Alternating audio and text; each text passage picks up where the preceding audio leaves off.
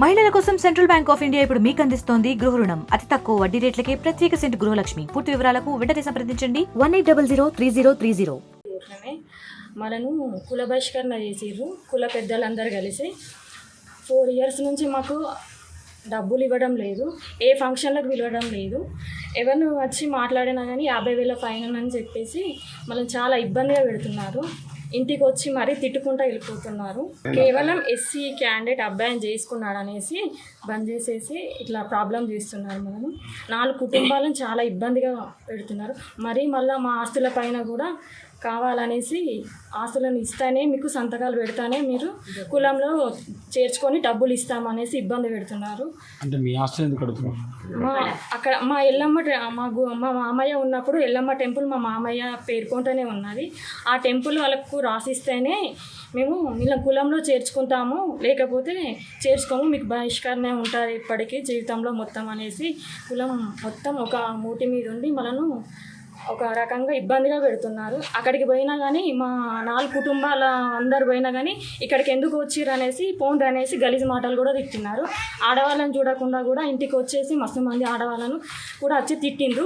మా ఆడవాళ్ళని తీసుకొచ్చి చెప్పులతో కూడా కొట్టిపిస్తాను అనేసి ఆ మాటలు కూడా మాట్లాడిండ్రు. అక్కడ రాసిచ్చిన పేపర్ డిఎస్పీ సార్ దగ్గర రాసిచ్చిర్రు, సంతకాలు పెట్టించిర్రు.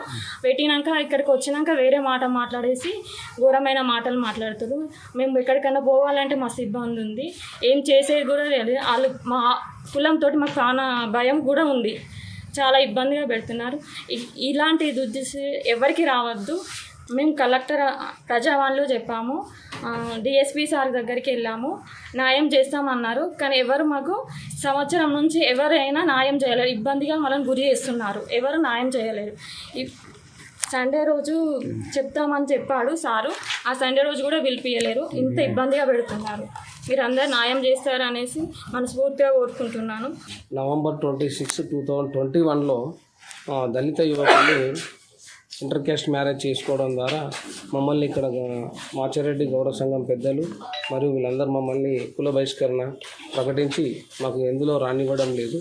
అప్పటి నుంచి ఇప్పటి వరకు కూడా మాకు ఎటువంటి పిలుపులు కానీ, మాకు ఎటువంటి సంఘంలో వాటా కానీ ఎటువంటిది కానీ మాకు ఇవ్వడం లేదు.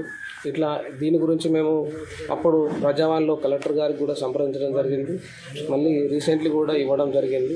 అప్పుడు కలెక్టర్ గారికి ఇచ్చినప్పుడు డిఎస్పీ గారు ఆధ్వర్యంలో మాకు అక్కడ డిఎస్పీ గారు అక్కడ వీళ్ళని పిలిపించి అక్కడ మాట్లాడి కాంప్రమైజ్ లెటర్ రాపించడం జరిగింది. కానీ అయినా కానీ వాళ్ళు అది పట్టించుకోకుండా ఎటువంటి ధోరణులకు గురి కాకుండా మీరు ఎక్కడ చెప్పుకుంటారో చెప్పుకోండి, ఏం పిక్కుంటారో పిక్కోండి అని వాళ్ళు ఇష్టం వచ్చినట్టు వాగడం, తిట్టడం, దౌర్జన్యంగా బెదిరింపు చేయడం. అలానే కాకుండా ఇంకా మా ఆస్తులపై కూడా రిజిస్ట్రేషన్ చేసిస్తేనే చెప్పి మేము సంఘంలోకి స్థానం ఇస్తామని చెప్పి ఇప్పటి వాదన వినిపిస్తున్నారు. కాబట్టి దయచేసి మీరందరూ మాకు న్యాయం చేయగలరని చాలా తిట్టడం జరిగింది, వాళ్ళను బెదిరించడం జరిగింది.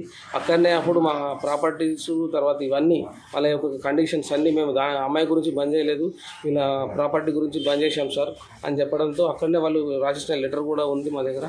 అలాంటిది కూడా పట్టించుకోలేకుండా ఇప్పటికి కూడా మళ్ళీ మాకు బహిష్కరణలో ఉంచడం జరుగుతుంది.